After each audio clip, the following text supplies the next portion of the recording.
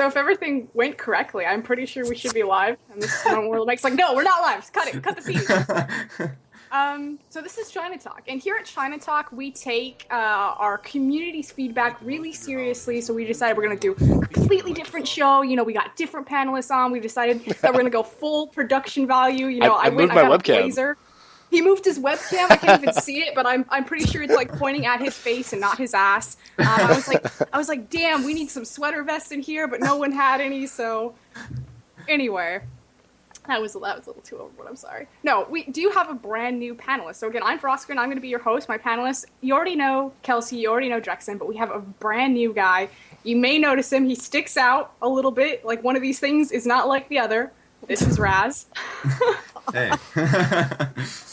Raz, and correct me if I'm wrong, you speak Chinese, don't you? I wouldn't go that far. Do you know more than I do? Because we need someone at China Talk that knows how to speak Chinese. I think that would helpful.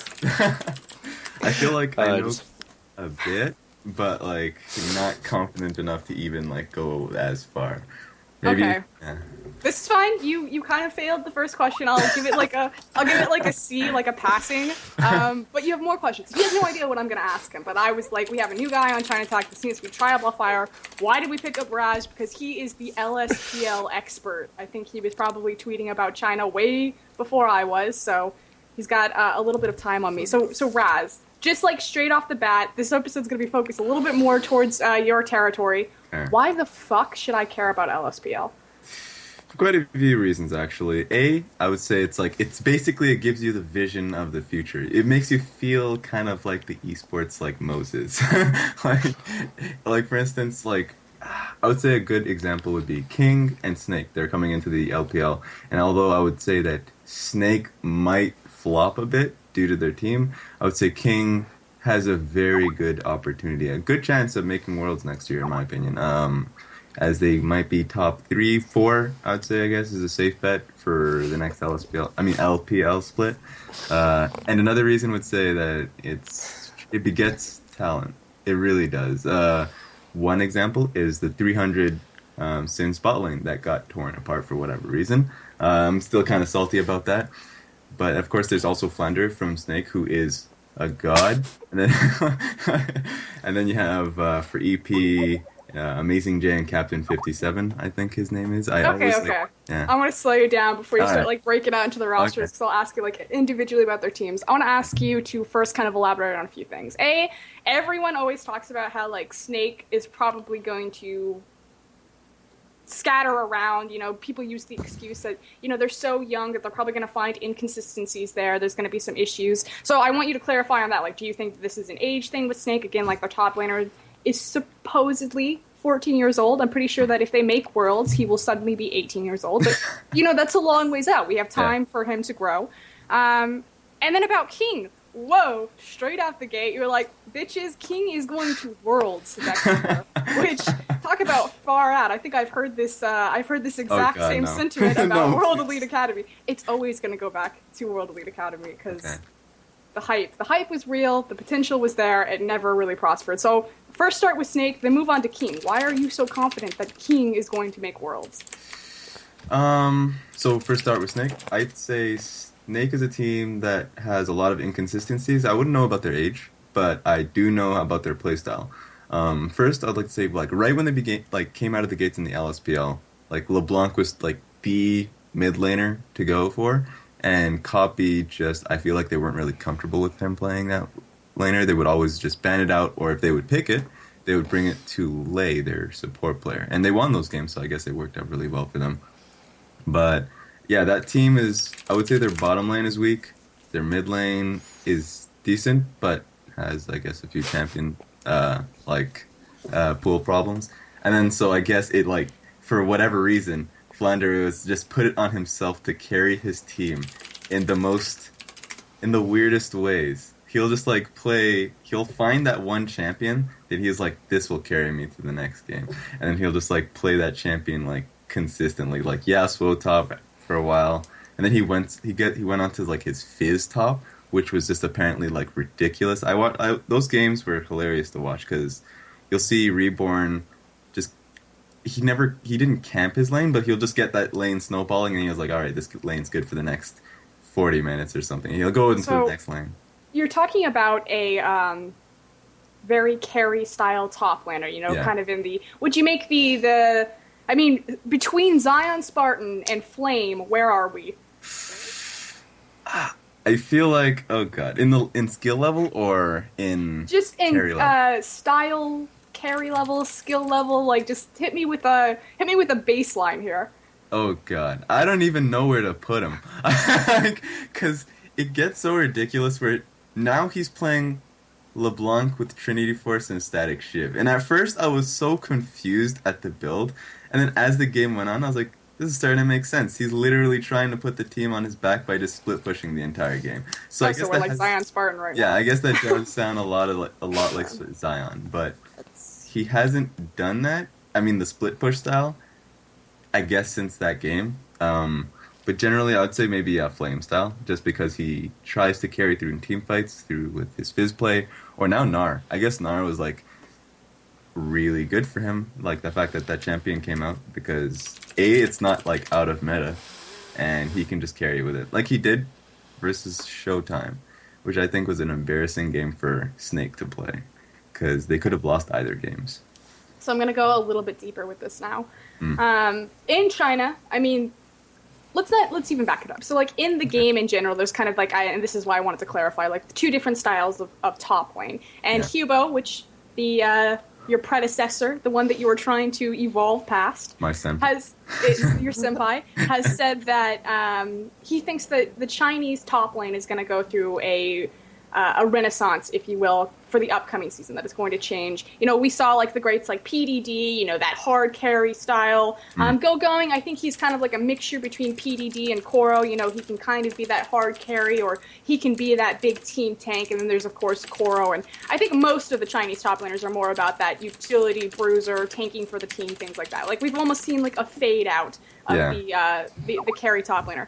So why does this work so well for Snake? Why are they able to get away from it? Especially because, again, like an overwhelming majority of Chinese top laners seem to be more oriented around supporting their team. Because in China, it's all about the AD carry, right? Yeah. Like, who gives a fuck about anyone else as long as you have like a good AD carry? You need to protect that guy. I mean, is this a different playstyle that we see in LSPL? Because it has more teams than LPL. Yeah, I think the playstyle especially works in the LSPL because of the level of competition. I guess they took a game off of King, so I guess you have that. But I feel like once teams are at least at a higher level, like LPL level, they'll start to see through that strat, because if teams saw through it in the LSPL, and the way they got through it was by just changing up the champion pool. Like, he'll change it from Fizz, he'll find another champion. But once in a while they realize, well, they'll just either camp the lane or find a way to... Or they'll just have a top laner that just like finds a way to not die consistently to Flandre. It works very well for Snake because of the fact that Flandre is just really good. It actually surprises me how good he is just watching that team. And maybe it surprises me because it's very hard to come across a good top laner, I'd say. Easier scale. From Yongsu to Going. Where are we? Oh, come on. Yongsu wasn't that bad at the end of the split. Okay, that makes me sad because I actually like Yongsu. Okay. Oh, God, From dead. Amazing J to Going. Okay. I think you have the scales in the wrong favor there, Frostgreen. I think you should flip that around. I mean, come on. Are you really going to BM Hubo already? I mean, come on. He can't defend himself. Wait. So the reason why I asked this is because I'm glad that I was just about to make you enlighten on this about, how do you stop a top laner? And we saw at Worlds, you either camp the shit out of them because there's nowhere to run on top lane, or you force the lane swap and you force them in a matchup where they're going to be behind until they're pretty much crippled by their team, so they don't get to carry. Yeah. So does this guy's really young. Does he know how to deal with that? I mean, in LSPL, are they coordinated? A little bit of backstory. So I've been watching the expansion tournament. I don't know if you've witnessed this greatness of this tournament. Okay. Of course, it's the North American Challenger scene, which no. Let me give you a little background. I am actually very vocal. One of the few people that is vocal that there is talent in the North American Challenger scene, which, you can argue, debate, whatever, but I actually think that there's decently skilled players down there that could very well make a name for themselves in the LCS, the NALCS. Yeah. However, I can see why some people would disagree with that because of the base level of strategy that seems to be happening in Challenger games. And let's be frank, Kelsey, I think you watched it with me yesterday. Jackson, I don't know if you've watched it.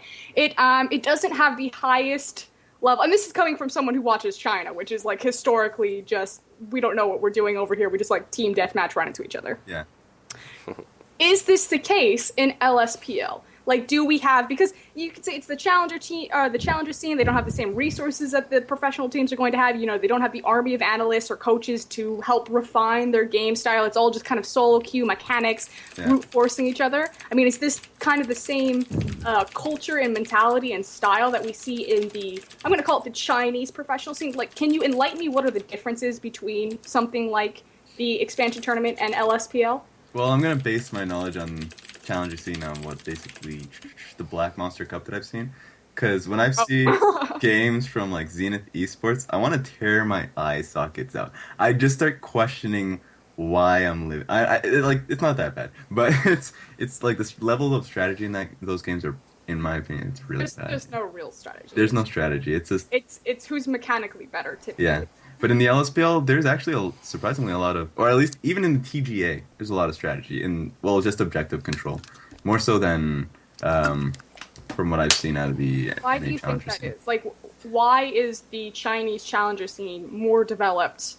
This is an easy softball question. More developed than, because I feel like people are going to look at this and be like, these biased assholes, they're just like, I'm sure the Chinese challenger scene is just as shitty as the NA challenger scene.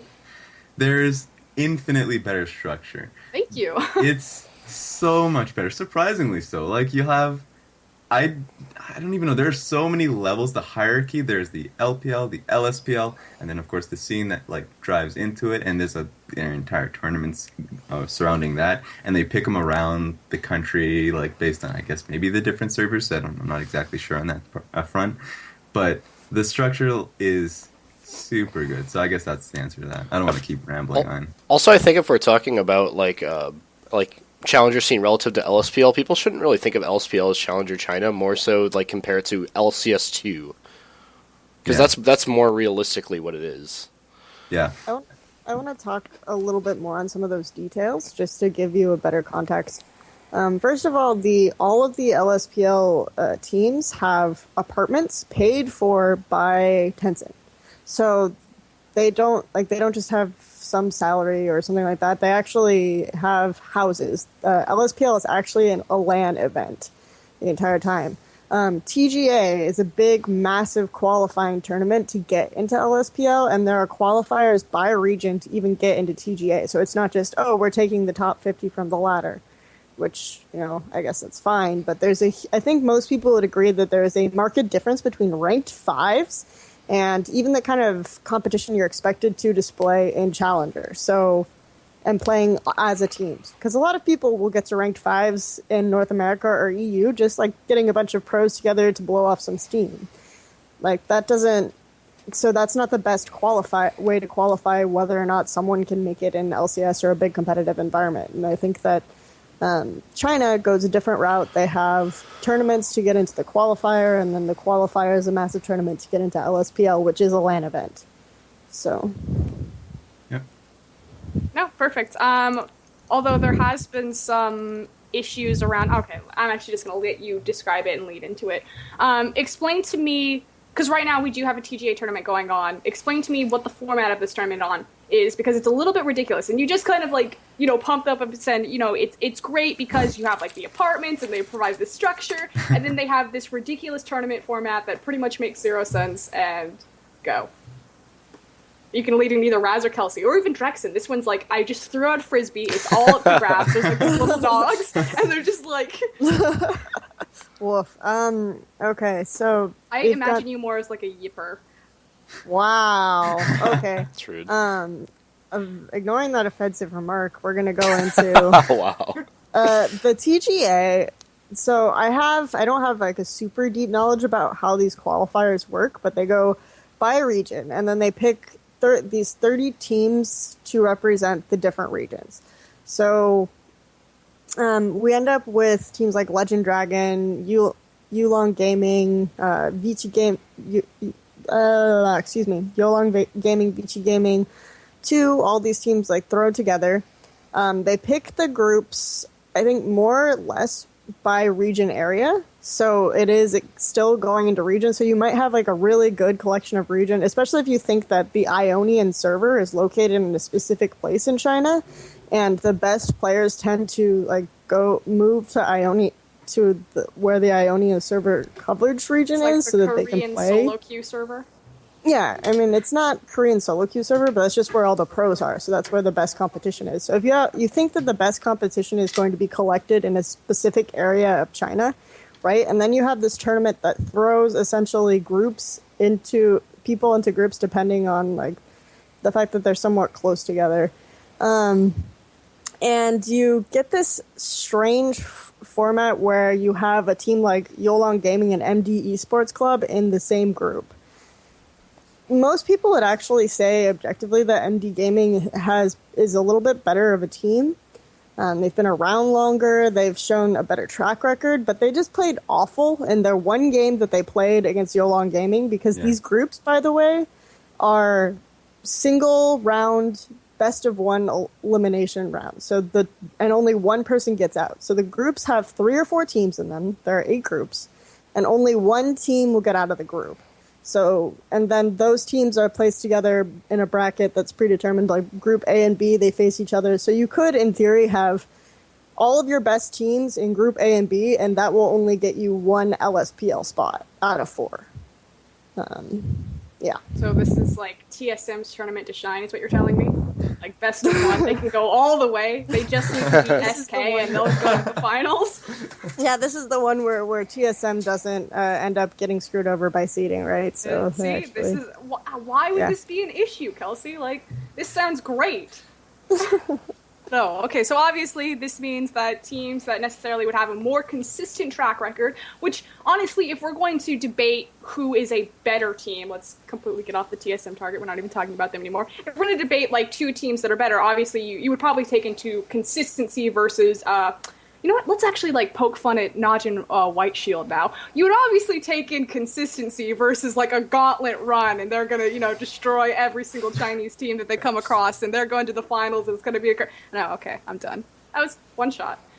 Bringing back sad memories of Cacao Tears. I really wanted to. Oh, Cacao Tears. Yeah. It's okay. They'll be spread overseas now. Or supposedly. Let's actually, since we're talking about Cacao and Rookie, let's talk about them, because they had a pretty scary rumor that broke onto, and it actually has a lot of validity to it, but we're going to kind of clarify what we at least know from our end.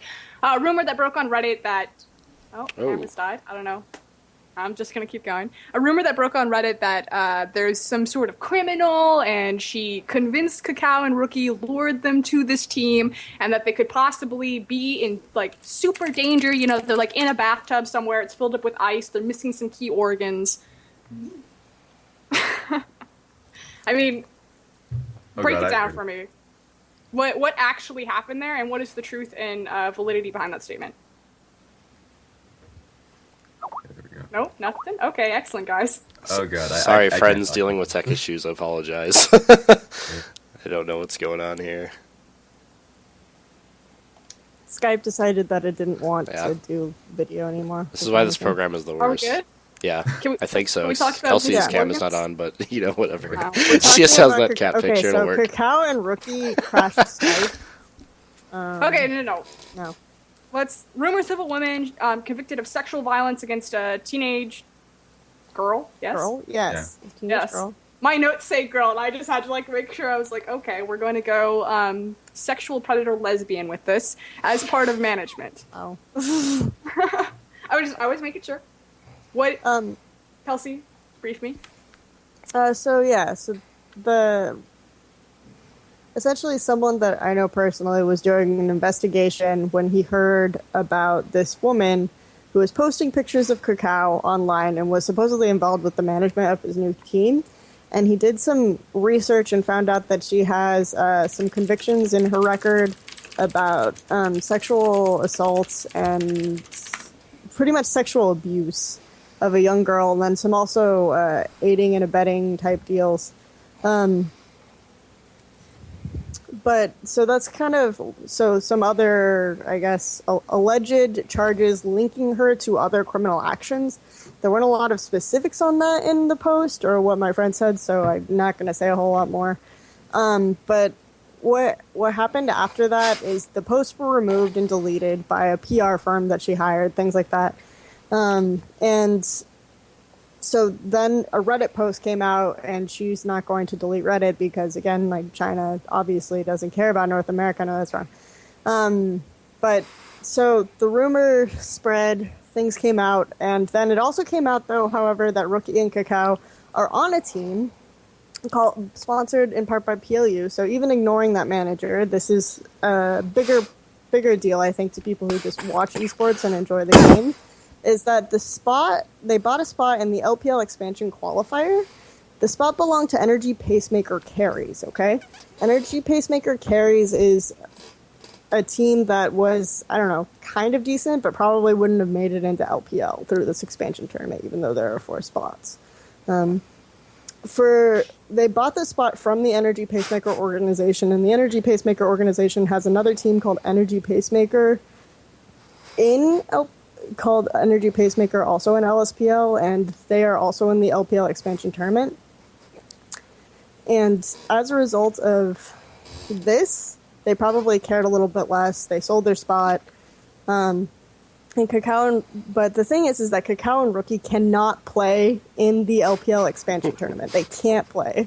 Tencent has come out and said, we don't want the new imports playing because this belongs still to Season 4, right? Season 4 is Season 4.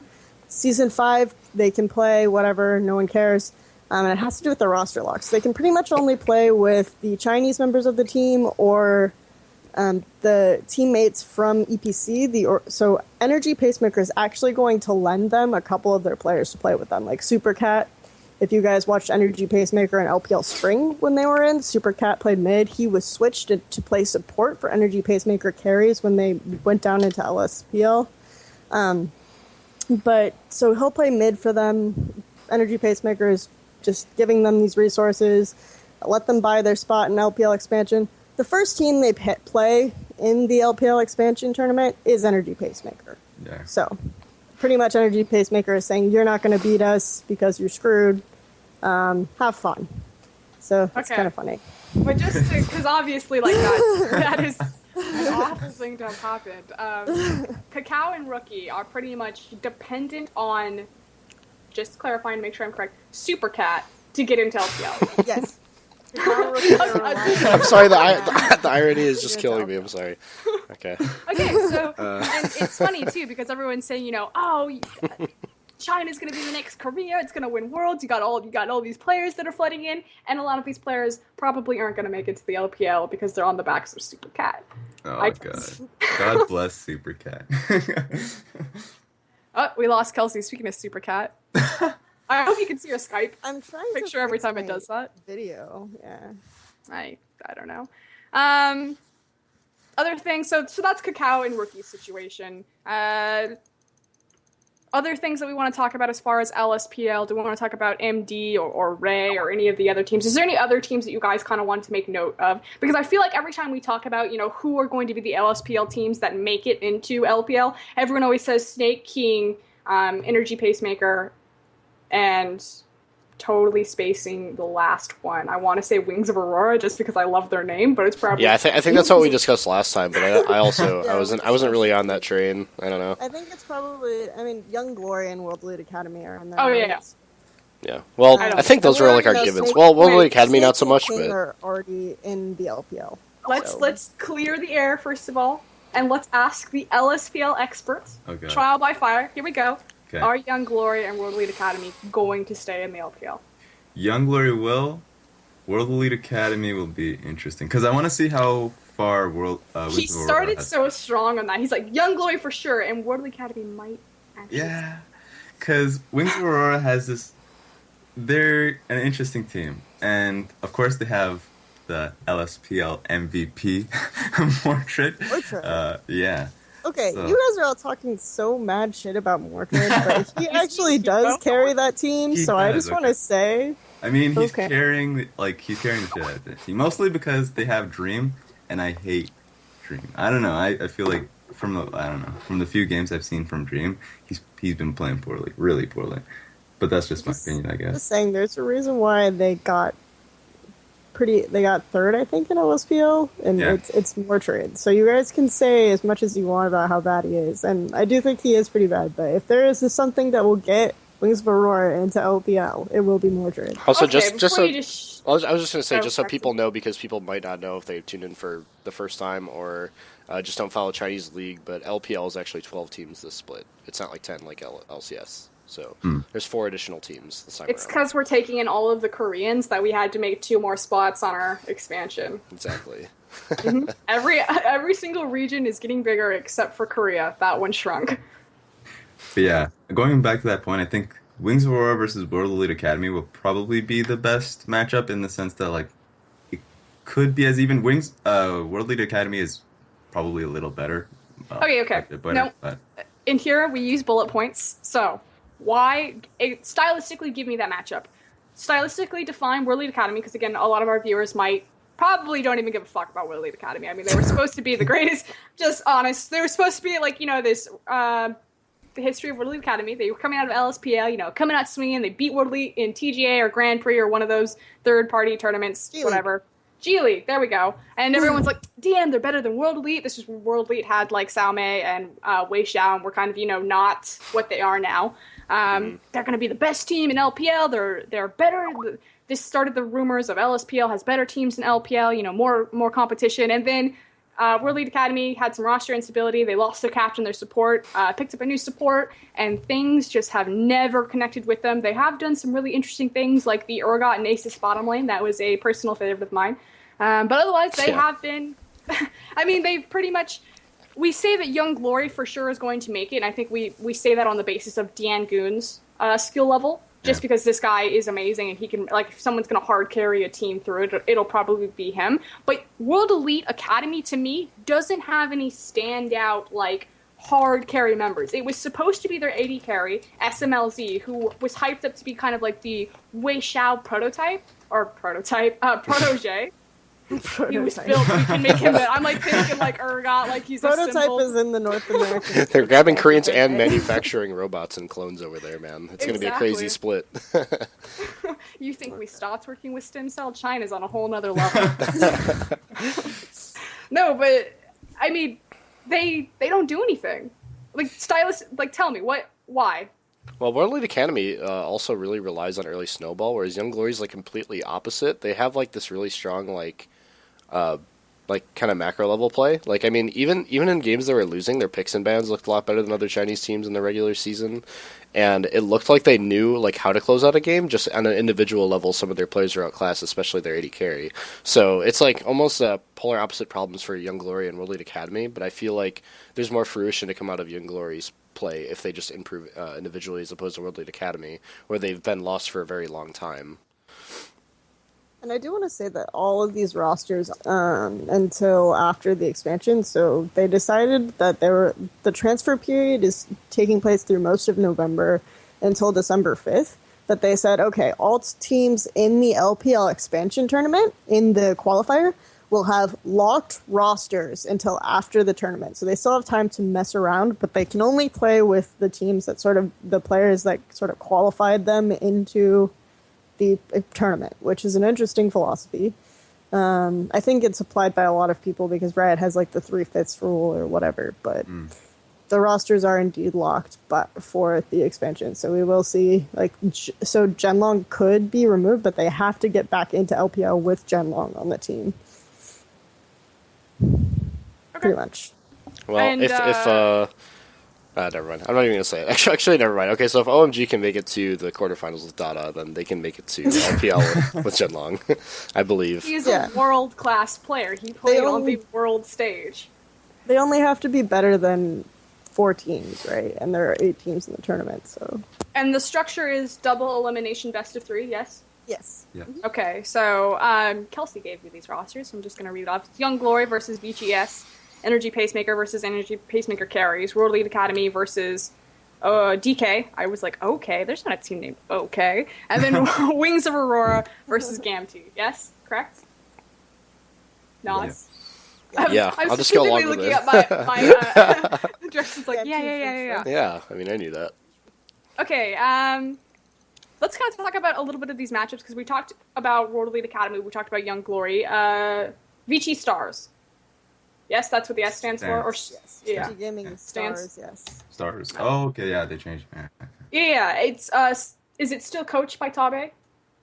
No, because they resplit. So for a little bit, Vici Gaming and Standpoint Gaming kind of merged, but then they split again. And now Tabe is no longer coaching. He's going to be a support for Standpoint Gaming. So he's playing again. Woo! Woo! That team is not going to be good. Yay! Woo! They also have like these weird, these kind of like C-level Koreans. Because we talked about how Ninja is like a B-level Korean. Like this team has like some actual C-level Koreans on it. Who And, makes that list? Of the Korean tier list? Mm-hmm. I don't know. We could probably get Fine on Fire to make one. That's got to We could be just, like, awesome to be like one of those Korean players and looking at that tier list. It's like, dang, I guess I'm just a C, man. I guess I got to step up my game. Okay, so we all said that Young Glory versus Vici Gaming, that it's going to be Young Glory. Are we all putting that on Diangun? Yeah. Hey, Young Glory Yeah. 2 DDG once, man. I believe they can The dream is some alive. ass to get into LPL. I think they're fine. Okay, if he doesn't show up and Vici Gaming makes it in, I mean, what do we expect from this team? Last. Nothing now. Ouch. I remember I mean- when, like They used to have good players. They used to. Yeah. Why did they get rid of 300? I'm Yeah. so sad. But that's the problem. was- I mean, yeah. I just don't see that roster going toe-to-toe with other rosters in the LPL. There isn't really even a market for like supports to stream, so 300 just kind of isn't doing anything right now, except doing some solo queue and being top of the ladder as usual. So Apparently playing close ARAMs to too. top, but yeah. So Raz thinks that World Elite Academy is going to be out and it's going to be DK. What? No, they'll beat DK. They'll Rude. DK is done. He took them down like real quick. I was like, he doesn't like World Elite Well, Academy. they're Let's not go for it. He's done. like, nope, cut him at the knees. Raz is like, DK is so done that they're just gonna get knocked out of the lower bracket too in this one best of 3. Okay. Okay. Well, I mean, this happens. So This you- happens every year, though. Like people don't respect the disparity between LPL and LSPL Exactly. teams, and that happens. And people hype up these other teams so much, and then they disappoint. I mean, it could happen, but I It's possible. don't really see it just from the LSPL games I've watched. Why do you think it's like that? Okay, so now I think now. Actually, I want to answer that question real quick, like right away, because Yeah, World yeah. Elite Academy can get away with like their early game snowball shenanigans against weaker teams that don't know how to put up with it. But if teams know how to like play out the macro game and install it out, then it's not an issue for those teams. But the teams World Elite Academy are going against, they don't have counterplay to that. It works. Like the flaws of that strategy doesn't apply to those rated teams. My No, and one thing- I totally understand because what you're saying now is that the reason why isn't the strategy. But I'm curious about the mentality. Why is it that LSPL, why is it that fans or the community don't understand this skill discrepancy? Because in North America, like I said, North America, the popular thing is, we don't have any talent in the challenger scene. None of these challenger players can compete. Don't even bother looking at them. They're all shitters. Like, why is it so different between China and NA? Okay, deep I think thought it- process. Here we go. I think Okay. It comes back to structures. Kelsey? Why are we talking about why isn't the challenger as good as LPL? Sorry, my audio cut out. No. No, She's we're saying talking like, about, why like- do we have this? Why do fans have this perception that LSPL Oh, okay. can beat LPL teams when that's completely opposite in the Western Hemisphere? Oh, right. Well, at least in NA. Because I think I mean, is this marketing? Is this the marketing of the structure? Is it that they have more access to these players and that they're just incredibly popular? I mean, I think it's third-party tournaments. Yeah. third-party think it's- tournaments. Third-party tournaments that have LSPL teams competing against LPL teams, and they'll be able to win a best of 3 or a couple best of 3s, and we don't get any consistency, but we say, oh wow, these guys are going to be really good. They go into LPL and maybe they take a few games here and there, but they aren't as spectacular as they look. I think that's part of why there's a slight difference between King, is that King can consistently pretty much beat anyone in these third-party tournaments except for Edward Gaming. And you can make the argument, and this is part of the problem with assessing LSPL teams, is that LPL teams don't take these third-party tournaments seriously. Like, they just don't. But at the same time, after a while of being in this environment, you have to wonder like how seriously even King takes these LPL tournaments, right? And they can consistently take games off. Whereas with World Elite Academy, I think we saw like one G League final where they did really well. And so that's what part of what creates the perception. And you see teams like RM knocking out LGD, and RM isn't even like a good LSPL team. They aren't making. They got knocked out of LSPL, and now they're not making it back in because they got eliminated from TGA. So, Yeah. Yeah. Okay. I can agree Yeah. with that. Third-party tournaments. Yeah. It's pretty hype. It's really hype too. When you just see King's progression through all these tournaments, like Demacia Cup, what was it called? Like NEST. Yep. NEST, Yeah. Demacia Cup. Were they in the Demacia. NVIDIA Gaming Festival? Trying to remember. I think they won in that one, didn't they? That was Yeah. my favorite tournament. They didn't even That was have really headsets. They just like put them on a stage because it was effectively a show. They match, just and stole they all just the had, world's like, music. They were like leaning forward, just like yelling at each other or not talking to each other at all. It's like, this is excellent. Let's base King's performance on this. Yeah, you just saw their progression too. They were like at the beginning, it was just like okay, they're taking games off of EDG, but they're not really going far with them. And then you saw that one game, I think it was in the Demacia Cup, where they took it to game 3, and they could have won. I mean, they were a bit far behind, but in just one last team fight, they had the edge.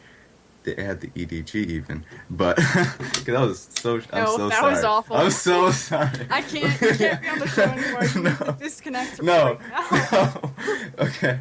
But yeah, but I remember me and Soldier were talking about like how just like one Triss jump that just landed right in the middle of everyone, and he just got blown up, and you're like, all right, well there goes that. That goes that game.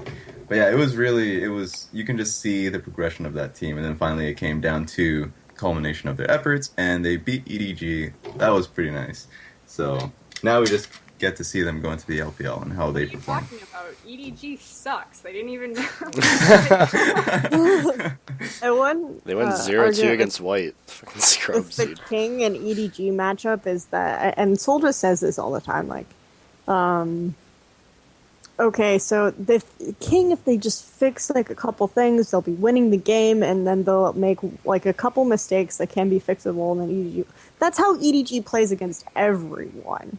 So maybe this isn't even a knock against King. Like King is just playing like a fairly decent LPL team. Like for like 90% of their games, EDG looks worse than most of the other LPL teams in LPL regular season and in these third-party tournaments.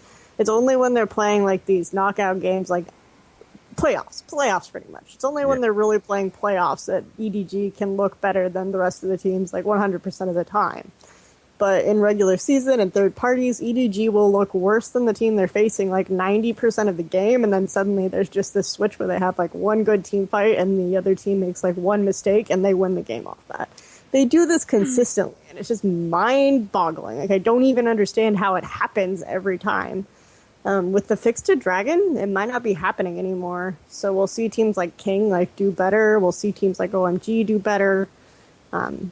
That's a good question. Like, is EDG going to be not do as well this season with some of the increases in early gold, like the first blood gold, changes to Dragon, things like that?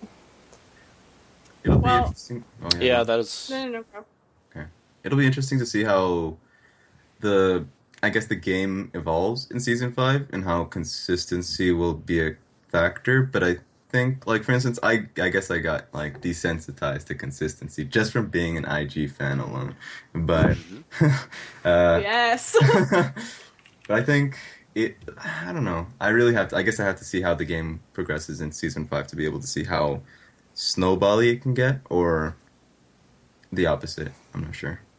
So the thing that I wanted to ask you, and it kind of relates to this conversation of EDG and how, you know, they kind of they show up superpower for playoffs, just kind of in the same way that Uzi shows up like on a completely different level when he goes to Worlds. I want to talk about upsets because I get a lot of messages where people ask me, why should I bother watching the regular season on China? It seems like there's a bunch of just upsets, like teams just fall all over the place. Why would I care about that? We talk about like consistency and like consistently proving you're the best, and I kind of feel like that's misplaced a little bit. Like when we talk about, like, obviously we on the show talk about upsets a lot because it's kind of interesting, what caused this to happen, how can we look at this? But if we think about the actual like LPL season and kind of the dominance that these teams have had, OMG went like 23-3 one of their seasons. Like how is there any form of upsets right there? So I want to ask you guys just other examples, or you can completely like contest me if you think I'm wrong. Like, is LPL full of upsets? Is it just like this crazy out of control? You never know what's going to happen. The Chinese teams, like they're wacky. They just play out of their mind. So aggressive. The Animaniacs. So aggressive.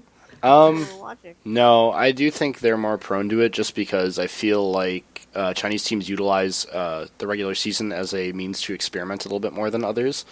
So there's always going to be potential for upset when a team is experimenting or trying to iron things out before playoffs. But I mean, in general, the splits have been pretty predictable, and the top-heavy teams do have absurd records. So I think that's kind of like a misplaced rumor, to be honest with you.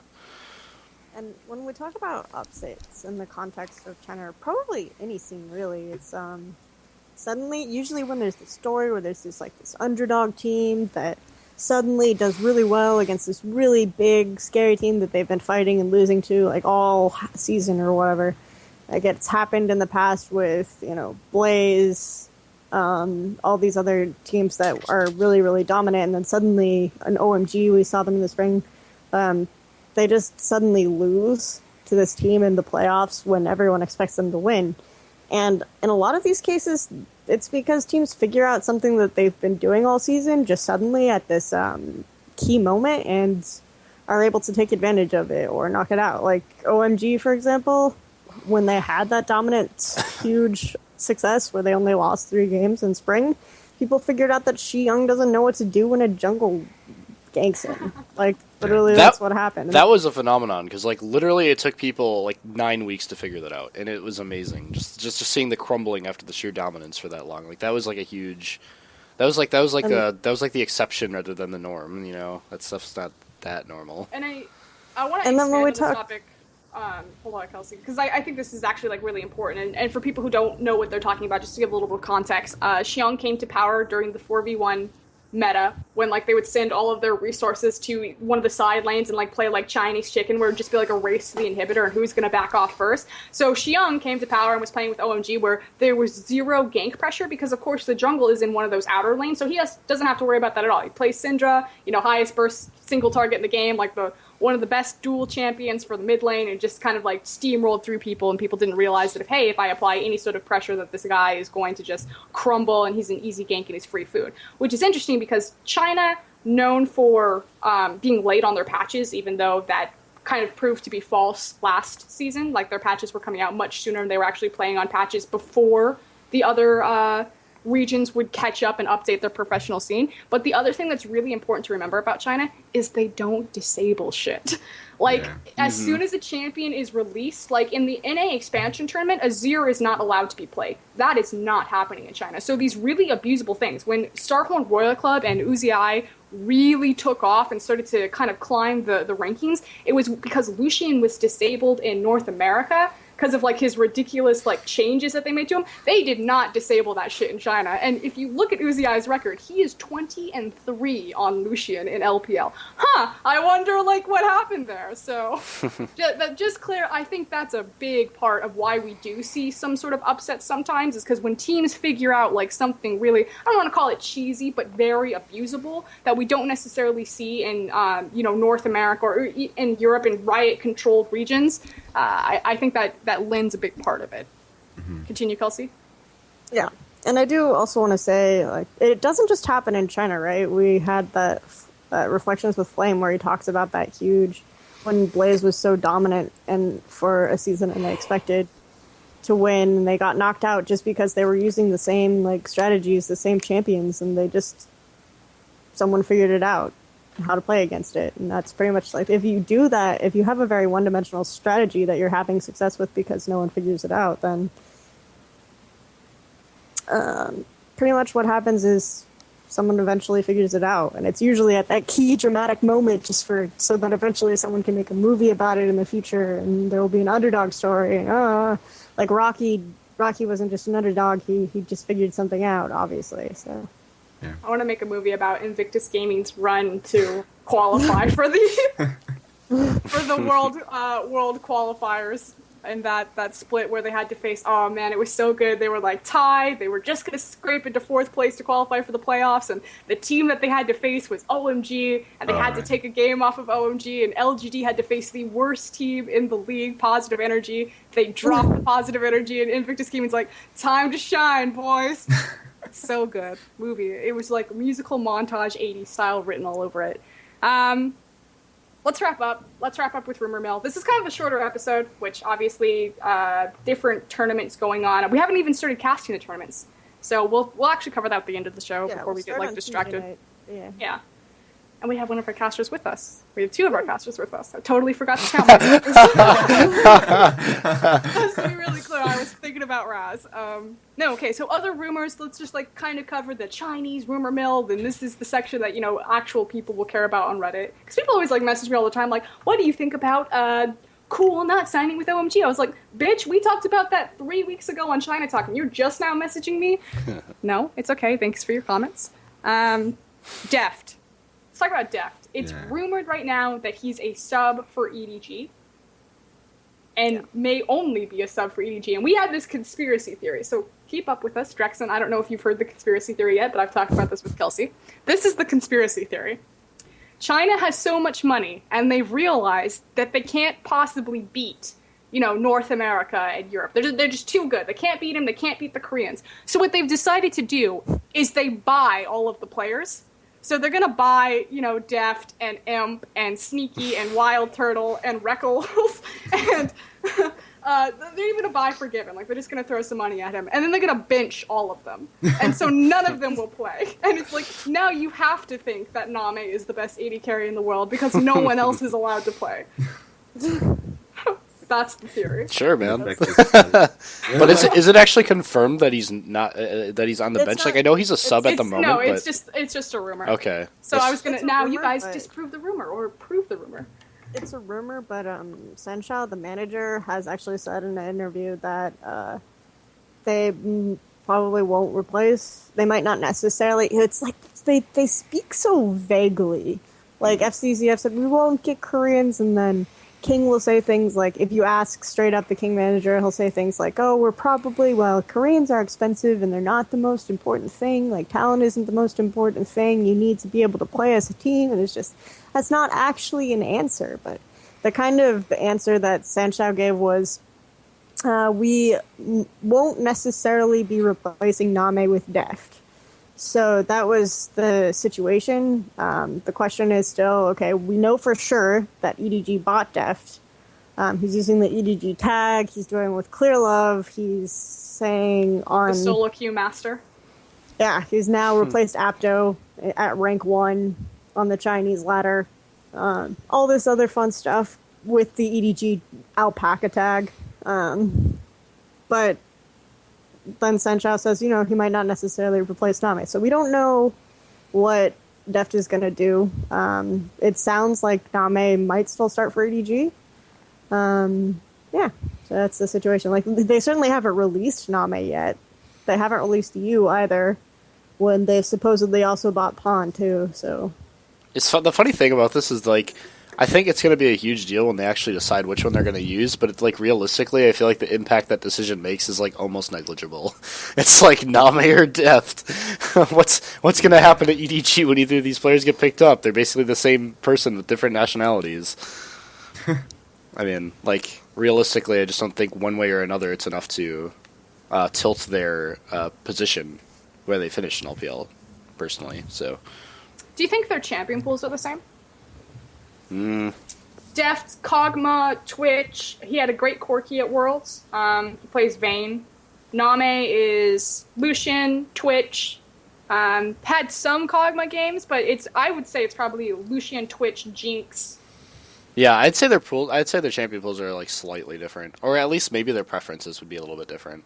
Yeah, just their specialty, Yeah. really. Yeah, I'd say they it's both can it's so play. similar, like really.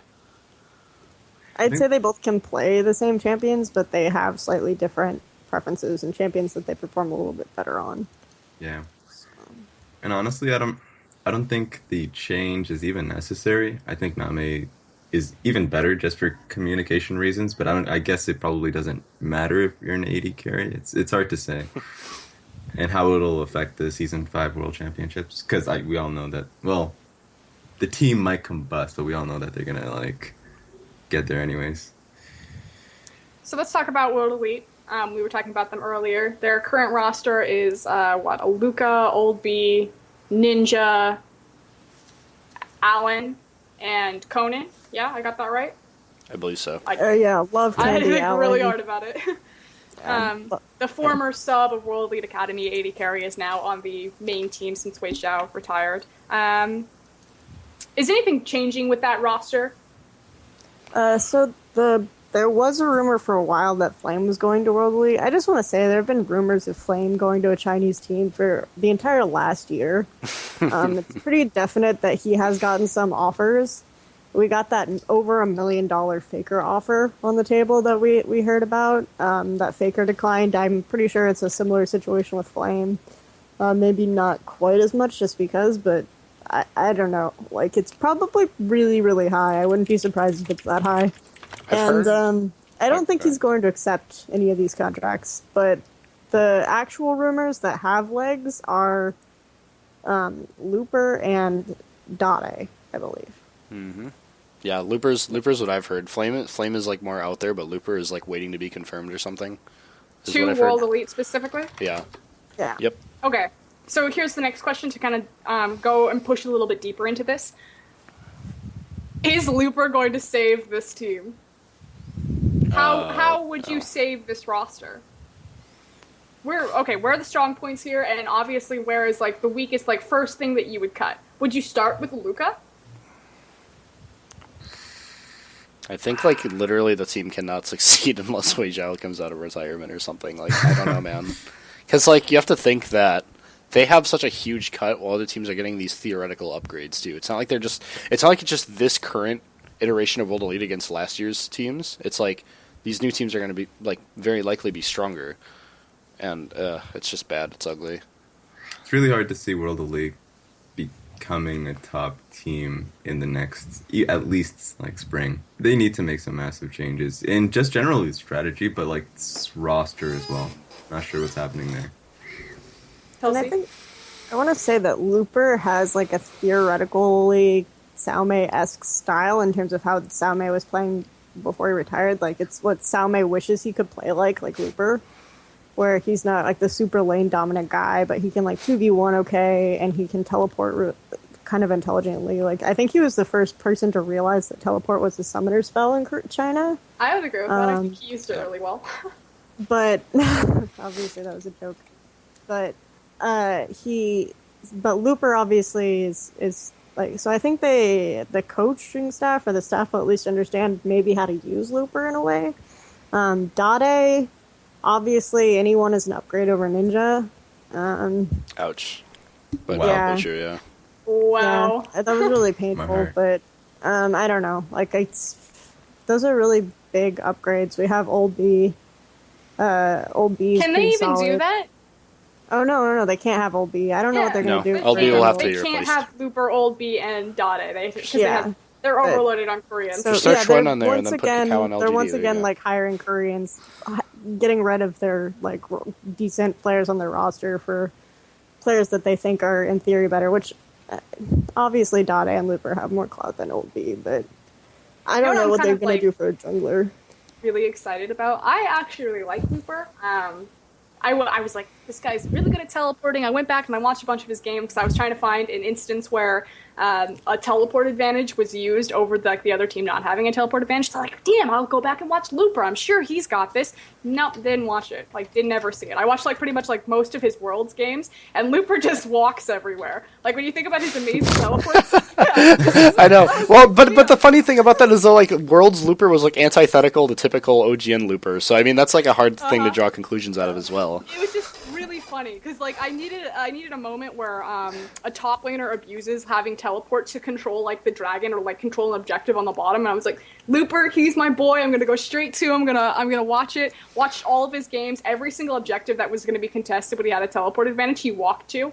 Made it perfectly in time. Like, he was just like, I'm gonna go on a walk right now, I'm not gonna miss any farm, I'm gonna show up for my team. The only times that he used teleport was when he teleported exactly at the same time as the enemy top laner, and then just, like, schooled them. You know, he would, like, teleport at the same time that the other dude's teleporting. He's, like, playing Rumble. He's like, and now I'm gonna get a Hexakill. He's ready for the changes, man. Teleport nerfs. He's like, I'm just gonna walk and, like, calculate the trajectory every time, you know? Trying to put some... Turning over his F key at Worlds, like every time he says, I don't need to even use this to beat you. Hey, to be fair, you have full control of TP when you never use it. It's always off a cooldown. So. Exactly. But I'm curious if he Amazing. went to World Elite, because obviously, if you're looking at that roster, I would at least say that Looper is the best player on that team. And we've already talked about how do you shut down a top laner. You camp them, or you lane swap them, and you keep them down. Would Looper be able to deal with this? Like, people talk about Looper, he's got great stats, but it is very true, and again, I've made this point several times in reference to the point that they made on Summoning Insight. Looper had a perfect team built around him. He had the best team in the world, a lot of players, the best in their positions, you know. It's not hard to be successful when the rest of your team is ass-kicking. Would he be successful in China? This is the other question. Oh, sorry, Mike can go. No, I was actually going to say I don't think so, but he will be paid in China a lot. So, I mean, that's a thing. Yeah. I just don't see Looper being, like, the hard carry that comes over and, like, crushes when you have other people in LPL, like, going, and even Koro to an extent if he stays. It brings up a lot of interesting questions, though, right? Because they're spending all this money on these big Korean superstars and expecting them to carry their team, but you look at the rest of Global Elite and you wonder if they're going to make other changes to the Chinese players, because Looper and Dada having to carry like Love Candy and Conan and then whatever random jungler they can sign, probably again, and he'll be like, bitch, please, you kicked me off this team 3 times now. But she's like really holding on to him, like he's relevant. No, He's like, it's frustrating. His Pantheon was so good. If he just came back and he just played Pantheon every game. No, I'm not talking. It's just frustrating that like you hear about these rumors about Roa getting signed to these teams that are pretty much confirmed, or playing on these teams that are pretty much confirmed, and then like, oh, he's benched again for some other Korean guy. But just like that guy in particular, it's really funny in a really not funny way. But Okay, ready for the segue? Mm-hmm. Speaking of benching Chinese players for Koreans, let's talk about Imp and Dandy to possibly LGD, which would bench or move Wayless and Chuen. Chuen, I think we're all fine with that. Like, XQ. Take him out into... XQ. Yeah. Oh, right. I'm thinking XQ. on. Yeah. XQ. Imp mid, everybody. Prepare yourselves. Use the eye. Use the eye switches back to mid so that he could challenge him every game. Oh, glory. It's just a Vayne versus Tristana matchup, or a Vayne versus Twitch matchup in the mid lane every single time. Damn it. See, now I was like going to talk about Wayless going top. No, okay. So XQ. I think everyone's fine here with just taking Chuen out into a ditch. Yep. Wow. Yeah. Let's be really fair to him. He was really well known for his Lee Sin play. You pretty much had to take it away or ban it against LGD every single time. He never found any success really. A little bit of hit and miss on Jarvan and Elise with any other jungle champion, but it got to the point at the end of LGD that you didn't even have to ban it. You could let him have Lee Sin, and it didn't matter. I mean, LGD didn't make Worlds. They did pretty piss poor in playoffs and qualifiers, so Hey, I mean, honestly, not even a flame. He just didn't show up, and he was obviously like they talked about replacing members of their team who didn't have solid champion pools, and this guy is pretty much the number one culprit if you're going to point at someone who doesn't have a solid champion pool or can only play like one or two champions. So huge upgrade either way, and then obviously like that's not even taking into a fact that it's Dandy, possibly one of the greatest junglers in the world, replacing him. So no one's going to contest that. We can talk about the validity of it. Let's talk about Imp to XQ, because I actually really like XQ. Not saying that Imp isn't amazing, but XQ, he was talented. I think right now Imp is definitely a direct upgrade. It's just that XQ is very, very good. He was on the right path. He had to replace, why am I forgetting names? STYZ. Yeah, STYZ. After STYZ's ban, he had to replace him, and STYZ was essentially like considered the star of that team for a while. So XQ just being able to step into his shoes and do really well was like really impressive. And then everybody tagged him initially as a Lucian one-trick pony. But then as the season progressed, he expanded his champion pool in professional play, because apparently he was constantly playing other stuff in scrims and whatnot, just only showing his Lucian. But when he showed other stuff, he was really good too. And to just be able to step in and go toe-to-toe with like top-tier LPL AD carries like that it's very impressive. Yeah. And the guy's like a young guy too, so he had a lot of room to grow. So I don't know how I feel about it. I'm a little on the fence. I still think Imp is a better choice, because I'd kind of be foolish not to say so, but I do think XQ definitely deserves to be on the top team because he was very good and growing very quickly. How old is XQ, by the way? Probably 12. See, I get different answers all the time, but LGD's manager told me he was 18. I've heard he's like 14. I don't know. I mean, maybe they're lying to me so he wouldn't get in trouble with the world. But 14. No. He might be like 16. Yeah. I mean, LGD's manager told me he was 18. The official line is that he's 18. Yeah. Which, by the way, is a convenient age to lie about. I was informed, apparently, that LPL does have the age restriction of 17, and it's quote-unquote checked regularly. Oh, very heavily enforced. Of course. All last year when they publicly had Zatai and Kid, who were 16, like most of this year on the team, they had the rules. Okay. But yes. I feel like if, like, when team managers are asked about the ages, they're like, "Oh, well, who's asking?" Yeah, of course, they're 17. Yeah. Okay. So, what about the validity of this rumor? Like, obviously, no one's gonna say that like no one should take Imp and Dandy. Like that's pretty easy answer. Like, yeah, if you can take it, but is this actually going to happen? Because we've heard this one from the very beginning.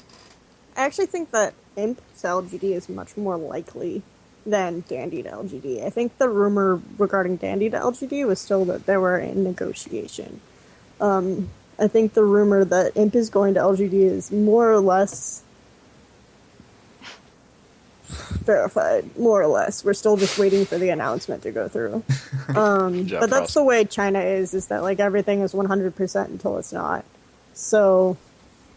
And Chuan is playing quite a bit of Rengar. He's like buffing up his champion pool in solo queue, so I'm not sure what that even means. Maybe he's still on the team and like still trying out, maybe, or maybe it means nothing. I mean, if he has to stay on a team, I really hope he buffs the champion pool. But I feel like it's gonna like detract from his specialties on other champions. Like I feel like the guy's so skill plateaued right now. Mm. The other thing about Chuan is like he and PYL are very good friends. Which PYL is the captain of LGD. Yeah. So it makes some sense that Chuan was on the team for so long, even though he was this very obvious flaw, and they're replacing these other members who had very limited champion pools. And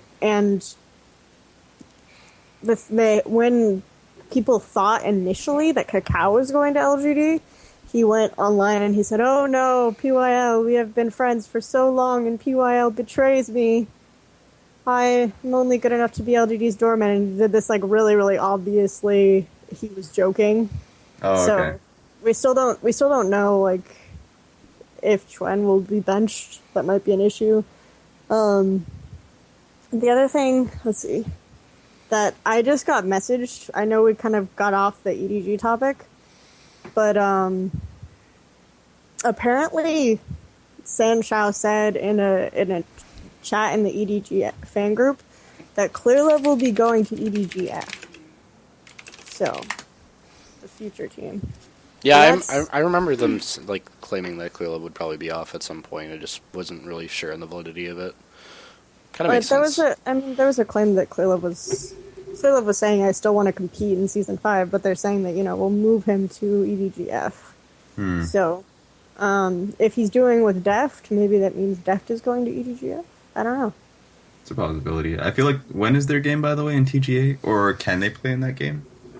In TGA, yeah, they're playing in TGA, but I don't know. I don't think the Koreans can play in TGA. Okay, yeah, it's not, probably still has the same rule. I think the rosters are still locked for TGA. Okay. What is the I actually want to get like percents from you guys. Like, what would you say is the percent of imp LGD happening, like from 0 to 100? How sure are you? I'd Say say like 90. 90? Yeah. I was gonna go for like 80, but Yeah, I was gonna go Kelsey. 82. Kelsey's being more bold. And I don't think it's that bold. I think the only way it won't happen Well, is if... Nilu, what are your sources? No, I don't have, like, necessarily sources. I'm just saying that, like... She is the source. I've heard it from multiple people. Like, I've heard it from Nilu and whatever kind of... But I don't know what Nilu's sources are, honestly. I've heard it from, like, Inside China Lol. I've heard So it you're from... just saying that all of these people have like it's just streamlined usually the when same... you have like a handful of people who like kind of know things sometimes, all saying the same thing without talking to each other first, then kind of is like a pretty good indication. We need to make like a parody Twitter account called Nilu's Sources.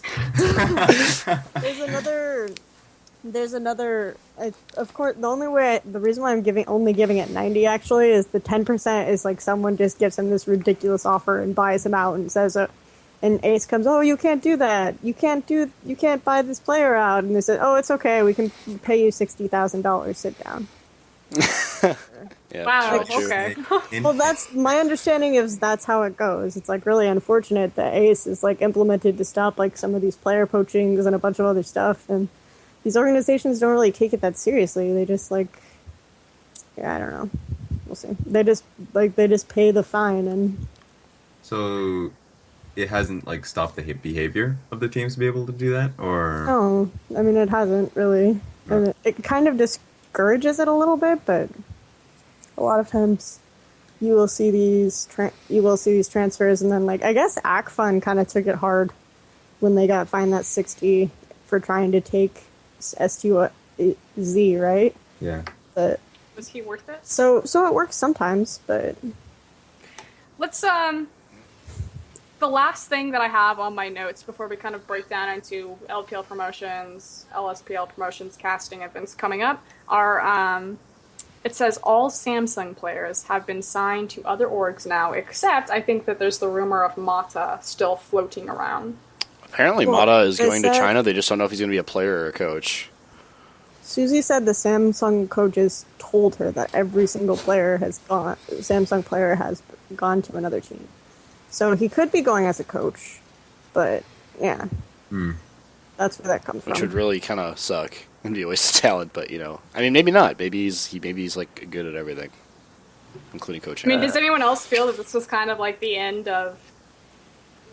I've always wanted a team to stay...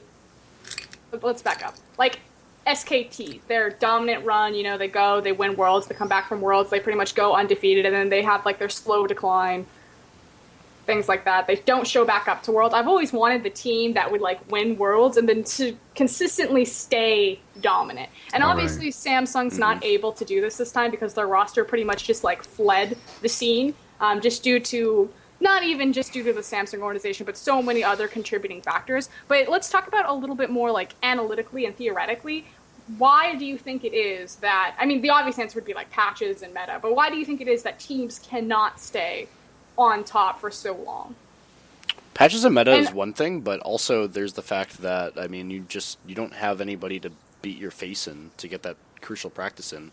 So everybody's growth is faster than yours, while you're just kind of like stagnant in your skill, and you might improve in a few aspects. Other people have everything to learn off of you. I mean, we actually saw this with SKT and World Elite. Teams practice specifically to beat those teams. Like, that was their like focus, to like take them off the throne, and they would devise strategies that would just beat those teams' playstyles. And it's a lot harder to be on the receiving end of that than to be on the the guy like punching you. So here's my question then. My thing with that though is that in other esports you see much longer dominant runs. I think it's than very. in LoL. So I do think it has a lot to do with how frequently LoL updates patches.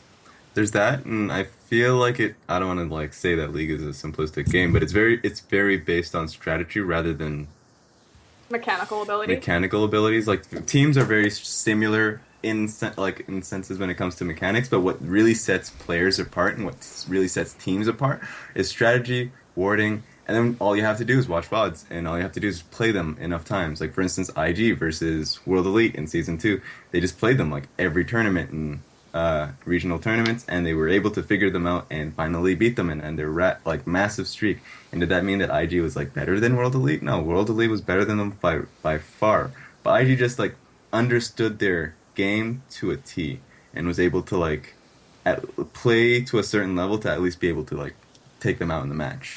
So Or So we just just- confuse them. yeah. We just all kind of agreed, and we talked about how it's hard for a team to stay on top for so long. And you guys all kind of gave your different reasons. So now I'm going to ask you, then how would you explain OMG?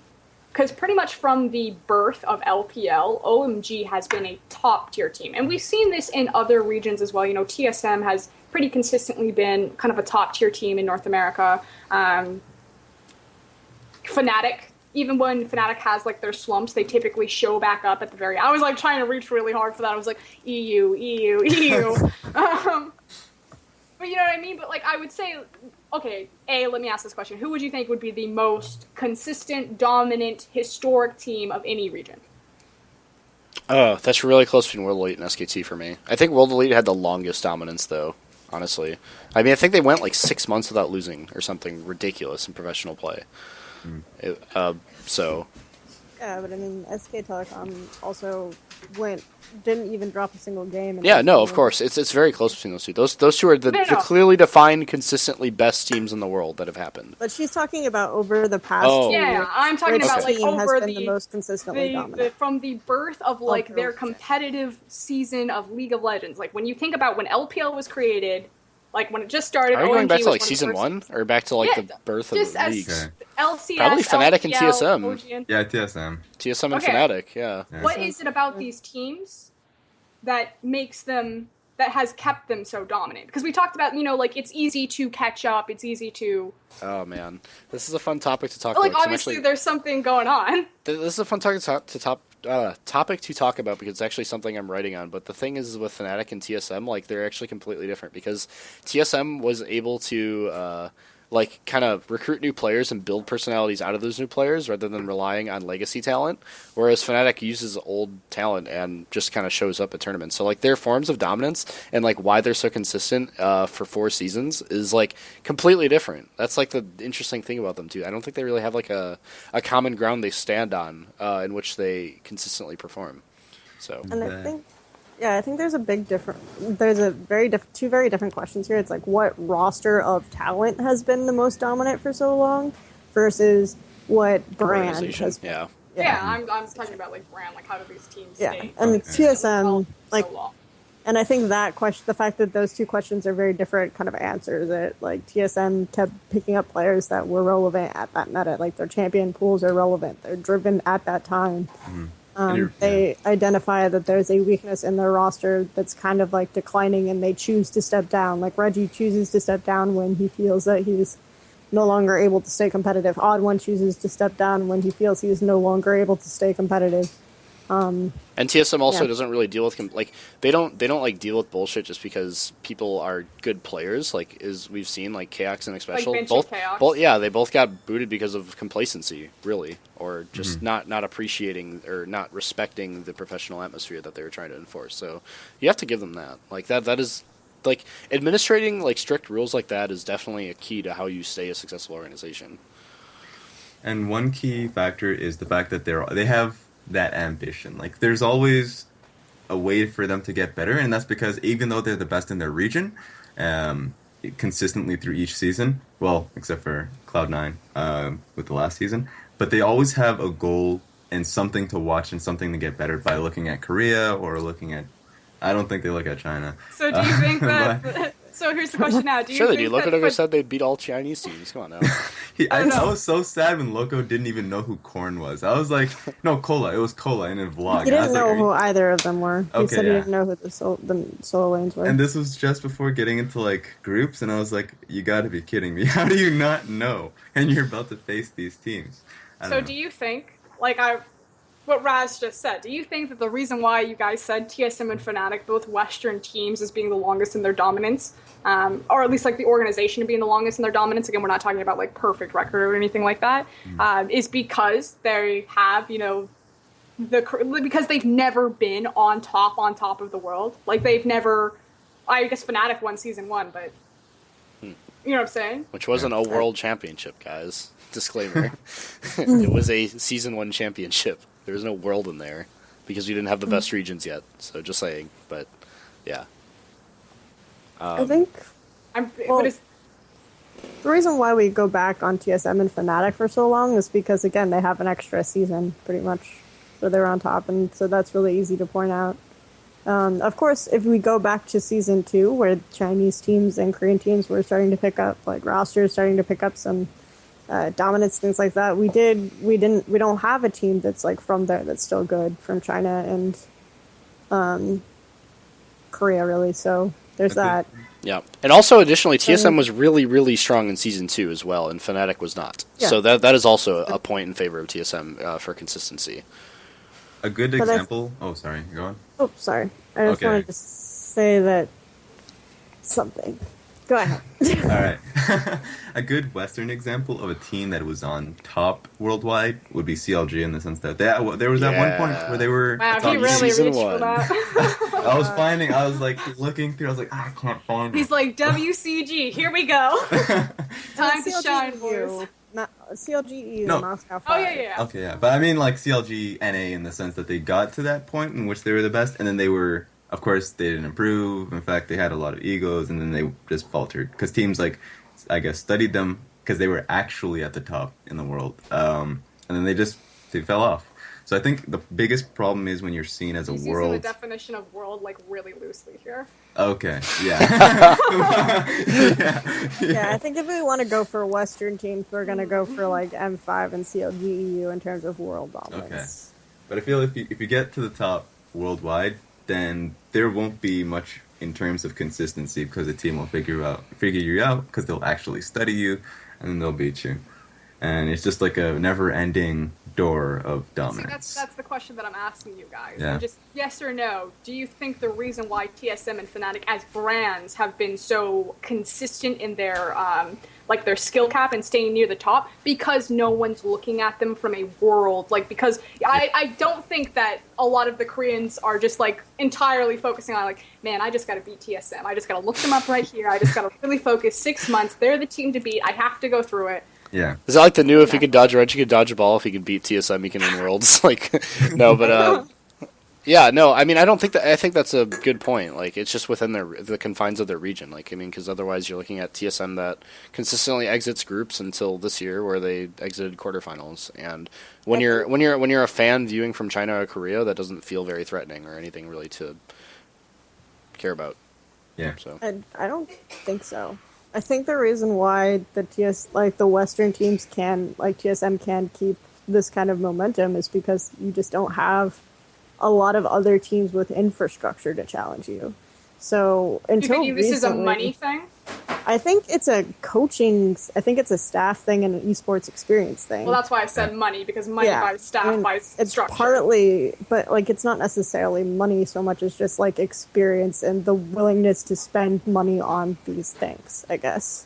Then why isn't IG more successful? They're a very rich organization. Because That's a no, very that's good question. You're listening. You're not listening to what I'm saying. Is that TSM is like one of the only orgs that has a staff, like for such a long time. So there just wasn't like challenge, and so they were like, obviously this wasn't true in season 2 because Western teams didn't have staff or anything in season 2, but.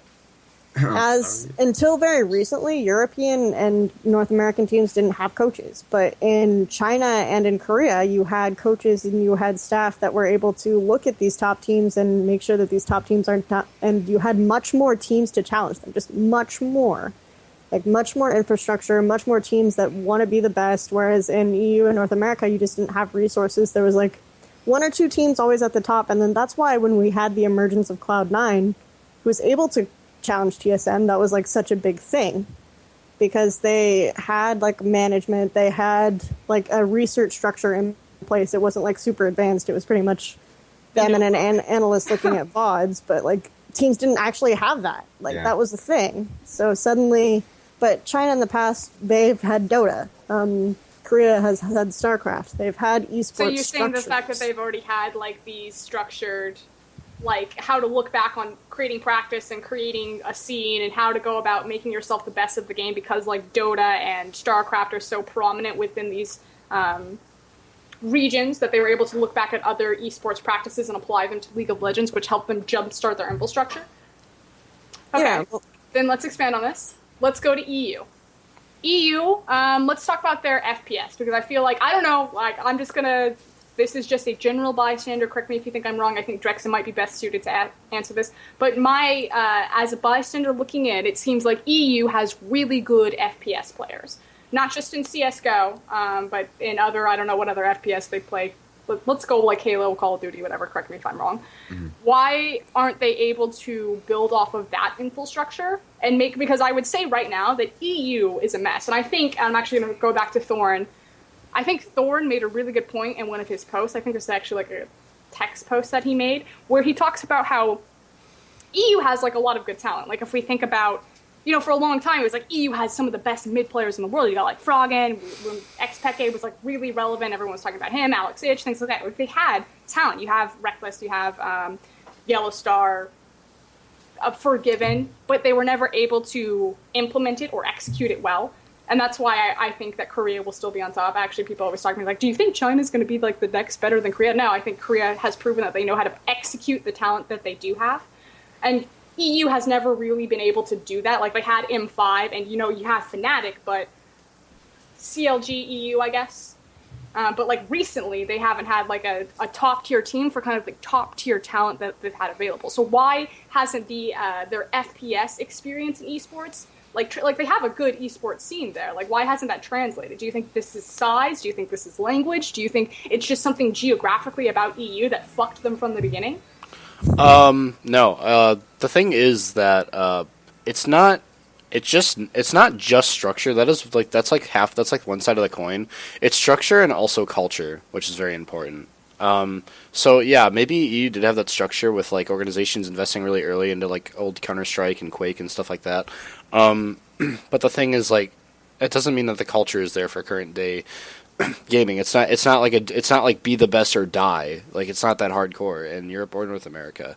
And this is actually something I've always thought about, but I always thought that, like, you know, if Korea decided to take shooters seriously and stuff, then they would be the best at that too, because you have that culture part as well as the infrastructure.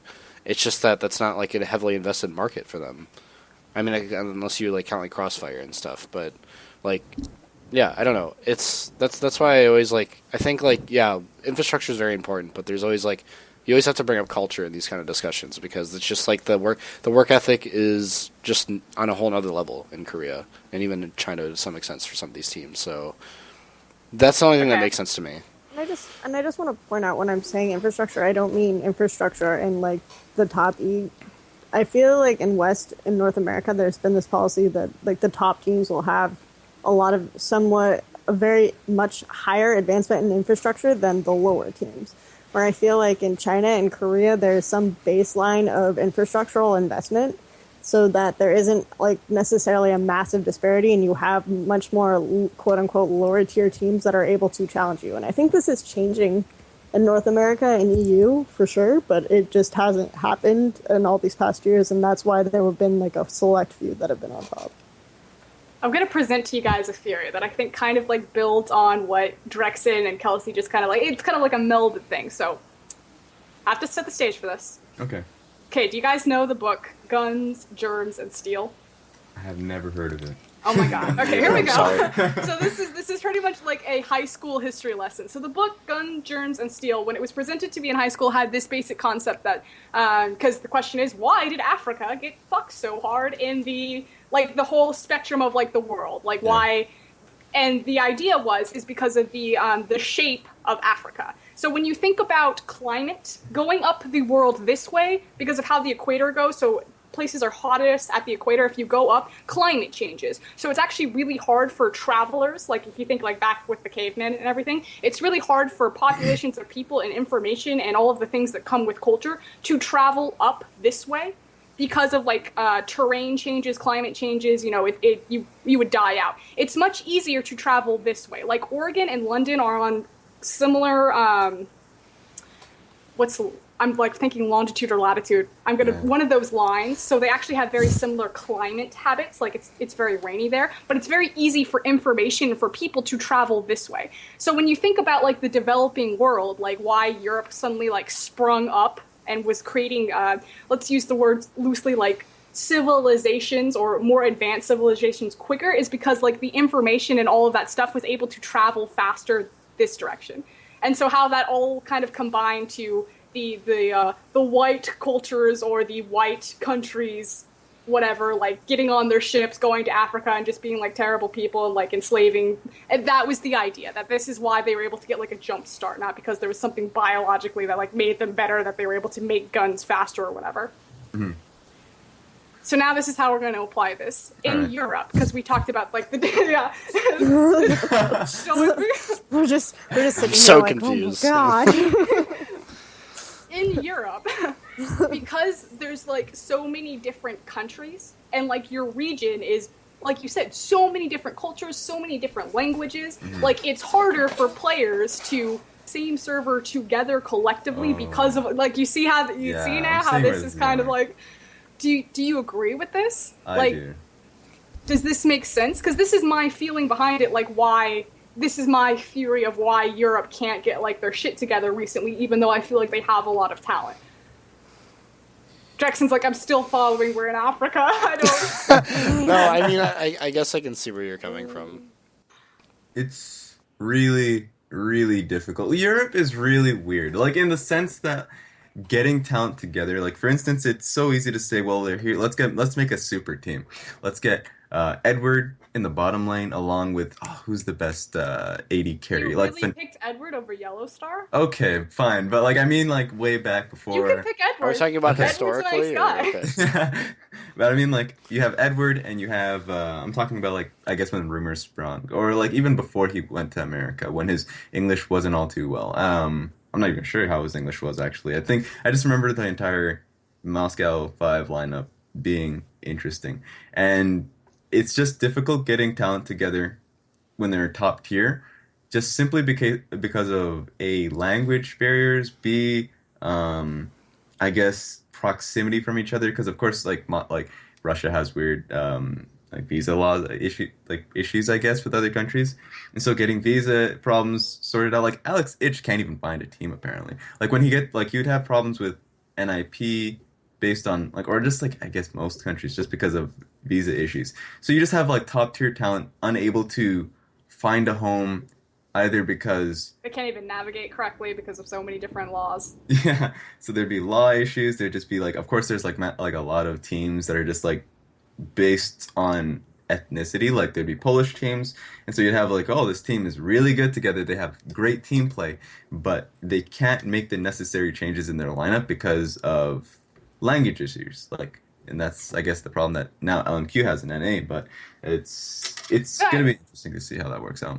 I think this is incredibly important. I'm glad that you brought up like the idea of like an all Polish team or an all French team or things like that, like where language isn't even an issue because you're all speaking the same language. Although I think most actually speak like when there's cross, it's like probably English that they use. But like the fact is that Korea, the population that actually is ranked in Korea, 3% of Korea's entire population is ranked in League of Legends, which is absurd. That's a ton of people playing the game from one general area. And I think in North America and Europe, it's only 1% of the population. But it's you have to think 0.5% of the population. So you have to think that Korea alone has a much larger just talent pool as far as like the percentage of people actually playing it to pick from.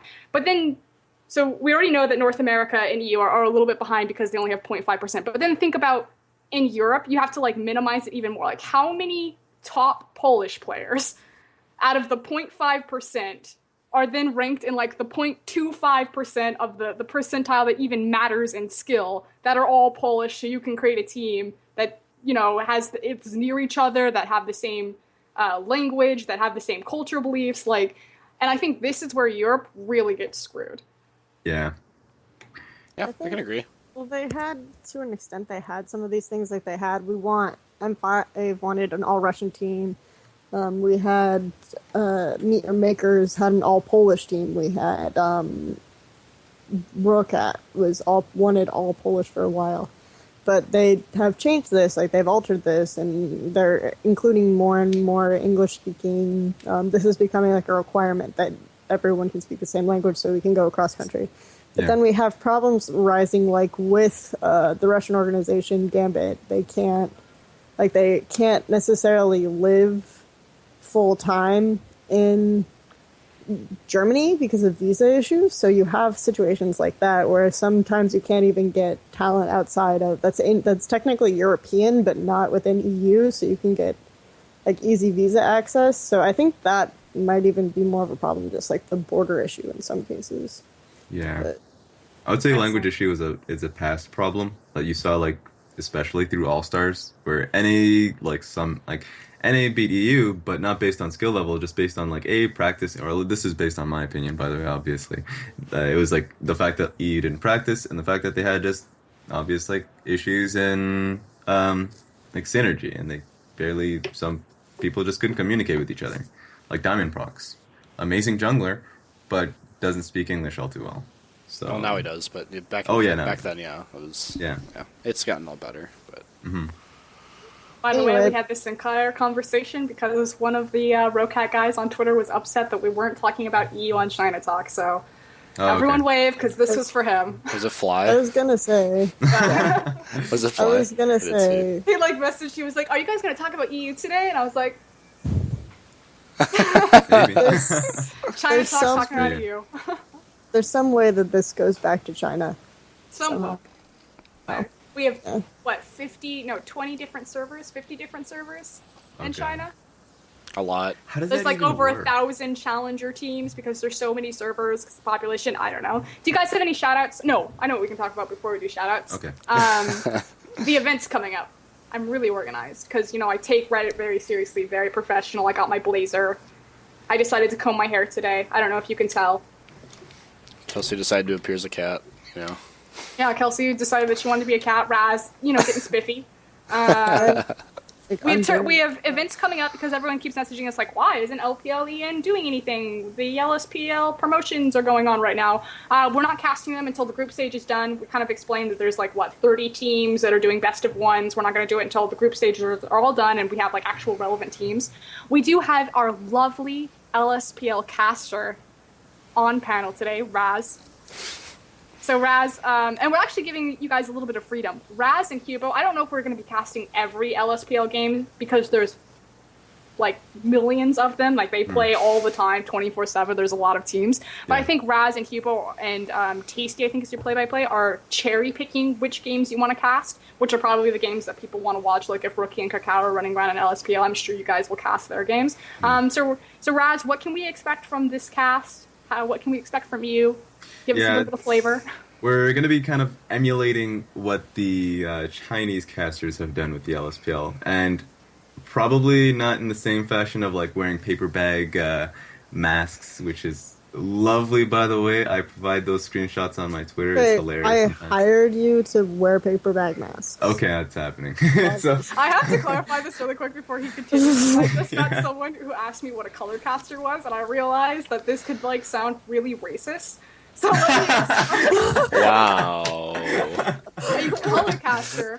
In casting, there are two different styles of casters. There's a color caster and there is a play-by-play caster. Both Raz and I are color casters. A color caster is Monte Cristo, Jat, Kobe, Zyrene. They're the analytical casters. The play-by-play caster is, or PvP, is it's Rivington, it's Doa, it's the hype guys. It's the guys that are yelling oh, and it's Renekton in the back line, and here comes the ult, and oh my god, I got the steal. And then the color caster comes in and it's much better than that. yeah, exactly. Doa just starts screaming, oh my god, I can't believe Or Kobe just always goes, "Oh!" like really loud every time And then, anything the color happens. caster comes in. So like the play-by-play caster explains what's happening, and the color caster explains why it happened and how it relates to the larger context of the game. So the color caster then goes in and, well, that steal happened because he actually saved his flash over the wall, and then he repelled up. Like, so there we go. But continue, Raz. I just Here's wanted your to lesson, clarify friends. before I was like Reddit was front page is like Frostgren's a racist. To be fair, I will be bringing the color to the color casting because let's be honest, man. I feel like so often, even though I'm gonna bring Is he a Super Smash Brothers caster? Like you cast Smash Bros? Oh my god. I'm gonna say This this. is getting so bad. See, oh my god. Well, I'm gonna be it was honest. nice having a show with you Smash guys. casters? Oh, think for sure. There's times, and Oh, Hugo's gonna like, probably gonna like, he's gonna. Oh God, I can't speak English apparently now. This is an He's gonna excellent coincide for this caster. with my points here, in the fact that there'll be times where I'll just like randomly just like, I don't know, I'm gonna say blackout, but I'll be talking like very like analytically, and then randomly if something hyphy comes up, I'm just gonna go mad. So I don't know if I'm gonna be. I think I should dial back a little bit, just a tad bit. We'll see. That's gonna be based on Hugo and what's it called Nick Yako, my friend here. It's going to be a very casual casting environment. So please, I cannot stress this enough. When you're watching LSPL, don't come to us and be like, why aren't they wearing sweater vests? Like, why don't they have ties? If you watch LSPL when it's cast by the Chinese, they actually like show up with their backpacks and like throw their Yeah. backpacks on the ground. It's like a Yeah. very informal environment. Yeah. So we're not gonna be. I mean, we're gonna be professional and hopefully not be cussing. That's based on. That's the goal. Do not swear. All right, we've got this casting game on lock. We're gonna be pretty relaxed, and I'm gonna be. This is my first casting, like official casting, by the way. So hopefully I don't suck, but that's gonna be my goal. I'm gonna be providing as much analytical. Like this is my first time being on the show, so hopefully I wasn't bad. Because I No. tend to like ramble or talk when I. He's never coming back. We're Well, to be fair, there's not really a whole sea of like talented LSPL capable casters that are gonna like take your spot. He pretty much just looked at you and he said, "You only got this job." No, that's because-" not what I'm saying. I'm saying that in case you're how worried it about in case you're worried about how you're gonna do. Well, There's that's the absolutely entire no one reason else why that we knows have the anything show, about right? LSPL. So I there mean, you go. totally kidding. Okay, no, but here's the question: when are you guys starting your cast? What dates? Give me dates. Give me times. Hearing the And where to 18th, find it? Kelsey? Yeah, it's gonna be the 18th, 9 PST or PT. Excuse me. Yeah, PST. Okay, we're on PST. I'm good. We're going to be casting the first bracket, which is going to be the YLG versus Legend Dragons. Legend Dragon Z. Yeah, there's going to be the entire roundup 8 that day. So please be nice to 9 them hours of casting. after. Oh, So God. please be nice to them when they get down to the last best of 3 there. I expect there will be some things like Trinity Force Tristana that should not be said in general. I had to work with it too. Pyra was just like, yeah, I think he's gonna go. He likes to build Trinity Force on his 80 carries. Pyra, he's playing Tristana, but you can't say anything. You can't be like, you're an idiot. You just have to go with it. Yeah, I think that would be interesting. Don't think but it's yeah. gonna happen though. And then, of course, the Chinese Korean Dragons will be in the second It's an best actual of 3. team name, so you guys know. Yeah, versus Team Me. hmm Can I talk about the Chinese Korean Dragons, by the way?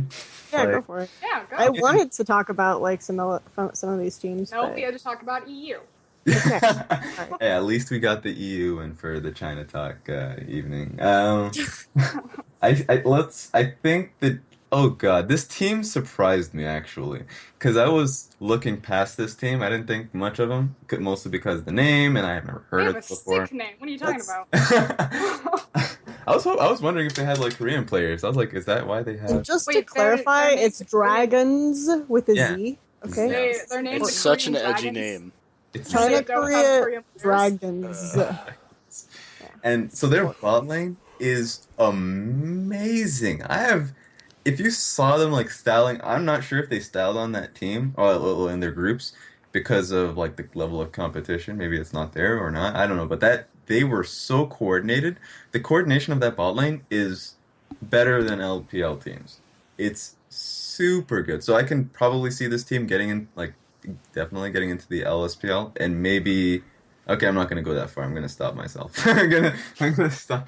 Yeah, I think they'll win out. They're going to over- Worlds. They're actually going to Worlds. Oh, Worlds, man. They're going to Worlds. I think they'll win out over me. So even though this tournament is going to go all the way until we have a winner, you'll know who is in LSPL after each best of three. So this is the most important one in terms of knowing who's going to play in LSPL, because anyone who wins their quarterfinal match automatically gets to LSPL. And me is like the tertiary team of World Elite, right? Yeah, it's the tertiary. Tertiary.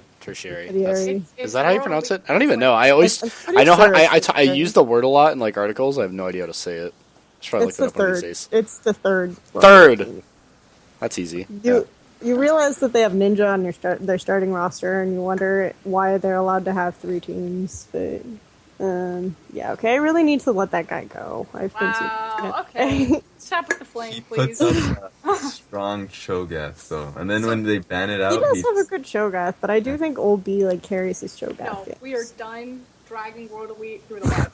Okay. Okay? LSPL, it starts on, what you said, the 18th Yeah. The night at of the 9. 18th. You can watch it on Twitch, twitch.tv/LPLEN for all of your English coverage. The LPL promotions start what date? No, it's mixed, isn't it? We're going to have a gauntlet of casters?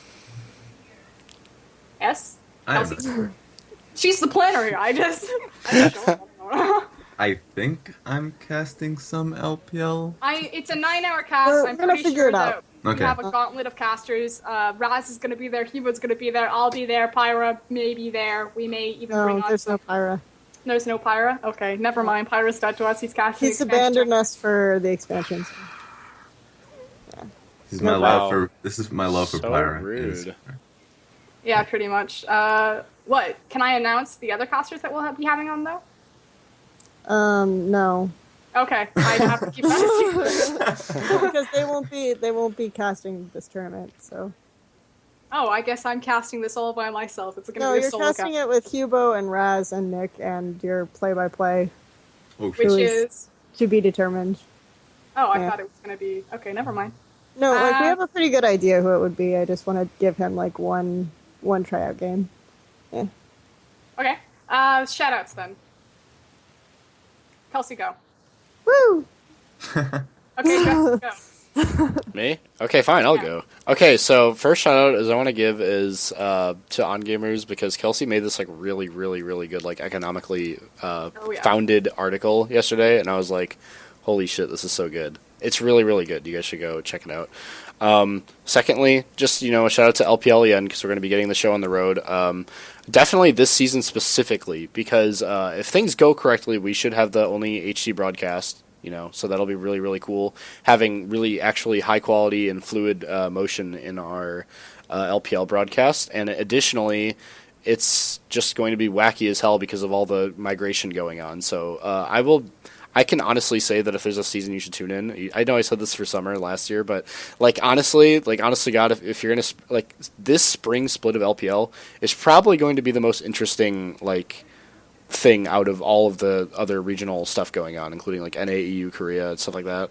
It's going to be really interesting. Probably the most fun spring split to watch in any case. So yeah, that's pretty much my shoutouts. LPL is like Buffy the Vampire Slayer. Every season is the new best season. Oh god. It's just bringing it back. My sisters never stopped watching Buffy the Vampire Slayer, and then now it's on Netflix, and I purchased Netflix, so now we're just never gonna. It's never gonna leave the TV. So, it's Raz, do you have any shoutouts? yeah. Shout out to River from Esportspedia. Thank you for putting up with me. I don't know why I said that.